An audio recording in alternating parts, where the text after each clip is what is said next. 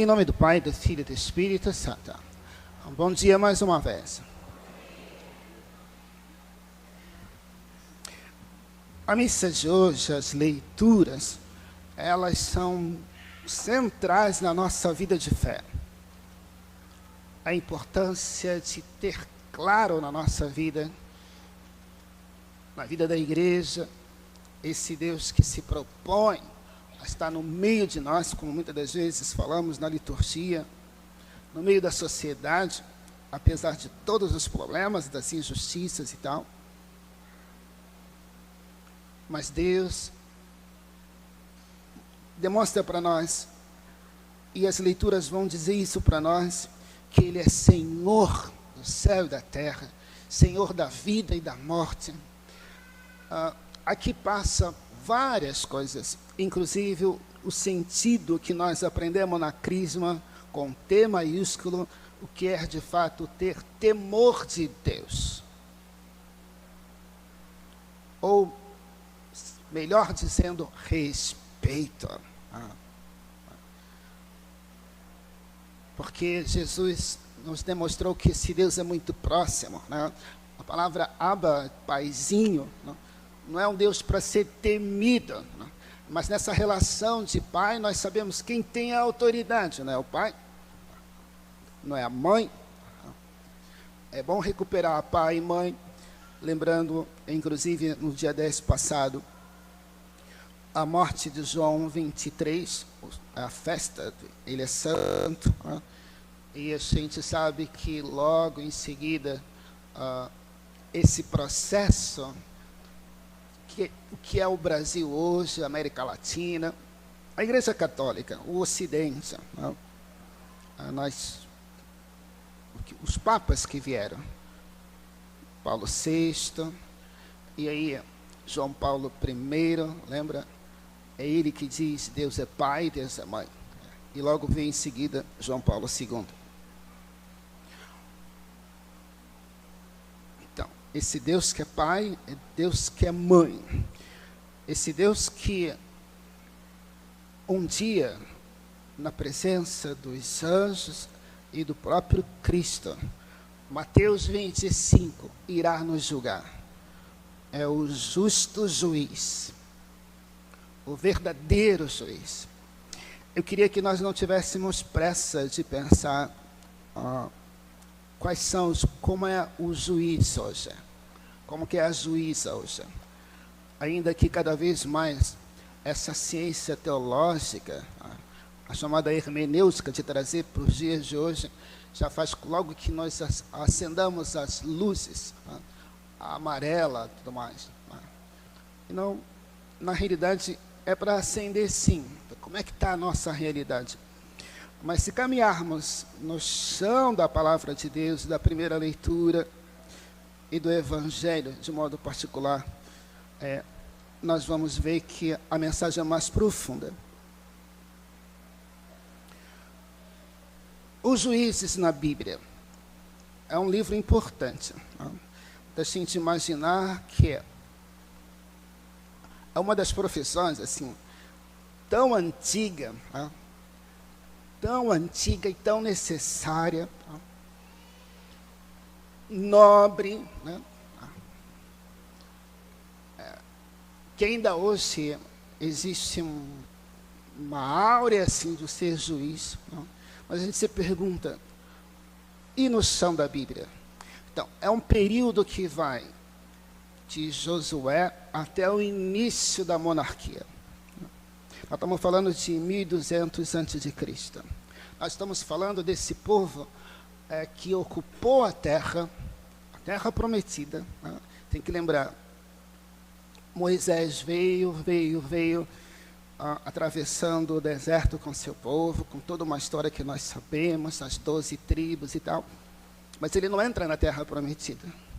Essa missão é dada a Josué. Após Josué, os juízes, que em parte eram governadores, em parte eram também administradores. E nós vamos lembrar, por exemplo, dos juízes chamados maiores, Otoniel, Aodé, Baraque, Gedeão, Jefete, o famoso Sansão, né? E os menores, Sangar, Tola, Jair, Abezã, Edom, Abidom. E no primeiro grupo, lá chamados maiores, da gente lembrar de modo particular, então, que existem juízes carismáticos. É só pensar no que muitas vezes já viu em filmes, né? A força de Sansão, né? Que é fora do comum, né? E o segredo de Sansão, os cabelos, né? Que não podiam ser cortados. E aí, de fato, é uma história bonita, mas que a gente percebe, assim, tem muito de Deus. De fato, eles são carismáticos, cheios do Espírito Santo, aquela força em comum, né? É imaginar que esses homens, de fato, tinham uma missão. Qual era a missão? Homens e mulheres. Ter presente a justiça no meio do povo de Deus. Sem justiça, irmãos e irmãs, nós não vivemos. De novo, acende a luz amarela, né? Hoje, a justiça no Brasil, ela está sendo fiadora da nossa democracia.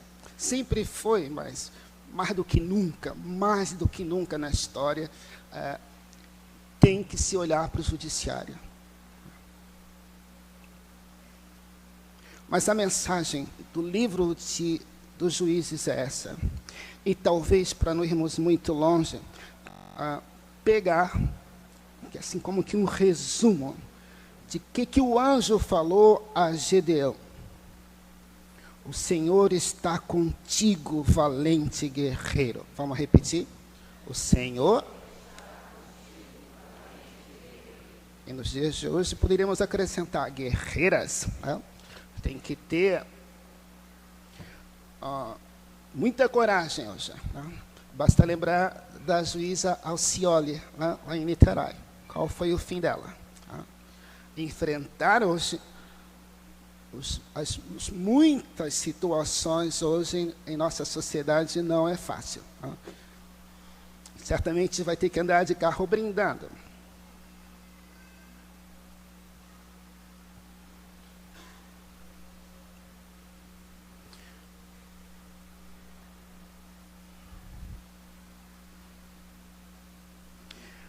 Para o cristão, para a cristã, temos que entender que um dia nós vamos estar diante do trono de Deus. Mesmo quem estiver morto, todos nós, certamente, vamos ressuscitar para sermos julgados. E aí, mais uma vez, é imaginar a importância de confiar nesse justo juiz. E aí entra um pouco a palavra de São Pedro, né? Da necessidade de conhecermos a palavra de Deus, as Sagradas Escrituras, desse Deus que é plena verdade, e que nas Sagradas Escrituras se revela para nós e diz para nós como devemos viver, para que, no final das contas, o juízo seja justo, né? E a gente pode imaginar que Deus espera de nós o amor, a caridade, o perdão, o bem viver, né? E Deus espera de nós, aí dá para pensar muitas coisas. Como que nós, além da nossa responsabilidade pessoal, entendamos ou lutemos por uma sociedade também justa. Daqui vem a nossa responsabilidade em todos os sentidos, econômico, social, político, né? Da necessidade de um crescimento na fé e um crescimento também cada vez mais no sentido da vida, né?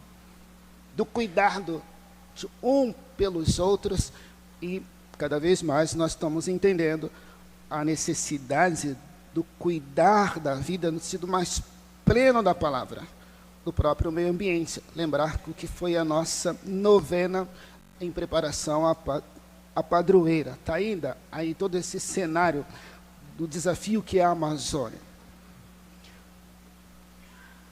Da gente lembrar, inclusive, falando da Amazônia, e rezar para que o sínodo da Amazônia tenha força, força.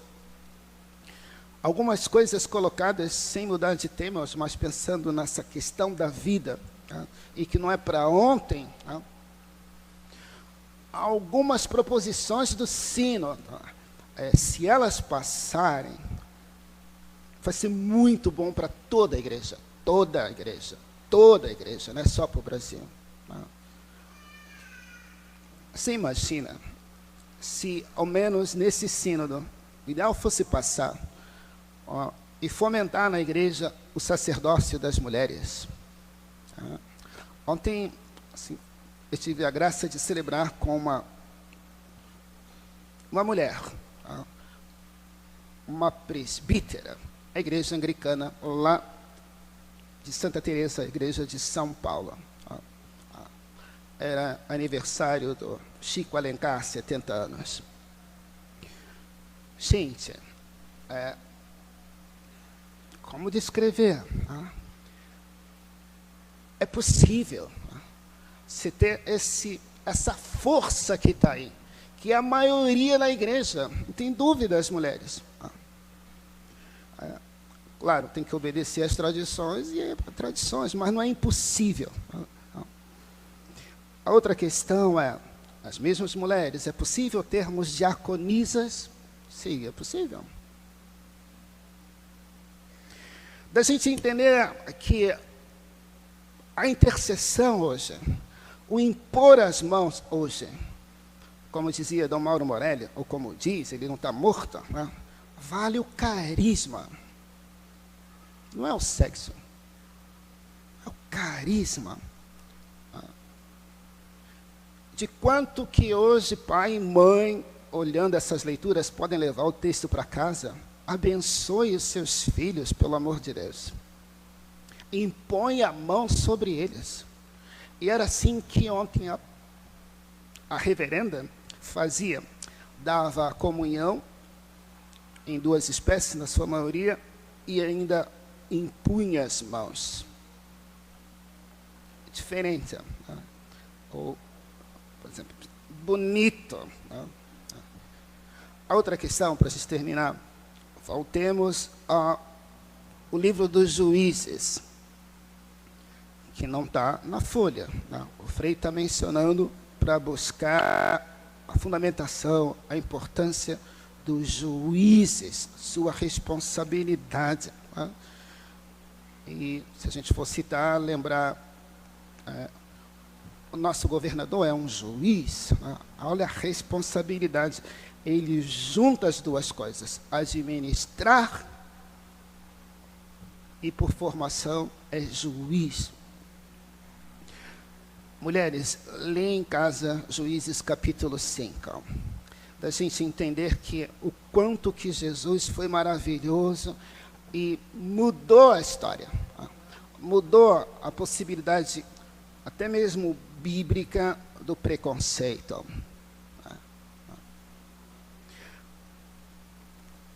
O julgamento em Israel era feito de modo particular pelos anciãos. Em alguns casos, iriam para o tribunal.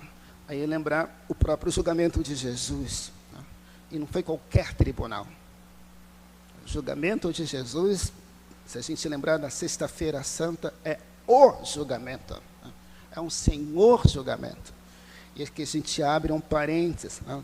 Hoje, com a morte da nossa juventude, e juventude negra de modo particular, o julgamento é imediato. Frei, isso que você está falando, lamentavelmente,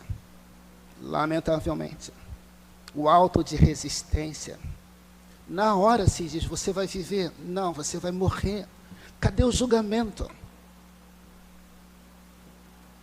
Cadê o julgamento? Da gente lembrar, em tese, e constitucionalmente falando, no Brasil não tem pena de morte.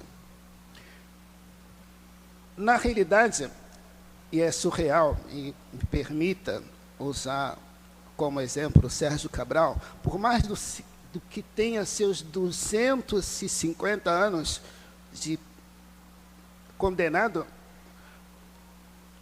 mas em tese, não existe isso no Brasil. Existe porque são vários casos, são vários processos, mas no máximo no Brasil alguém fica preso 30 anos. Então, o judiciário, a vida, a pessoa, o direito à vida, pensando ao pé da letra. E aí, uma coisa bonita no Brasil, é constitucional, é um país que quer vida. Prima a vida.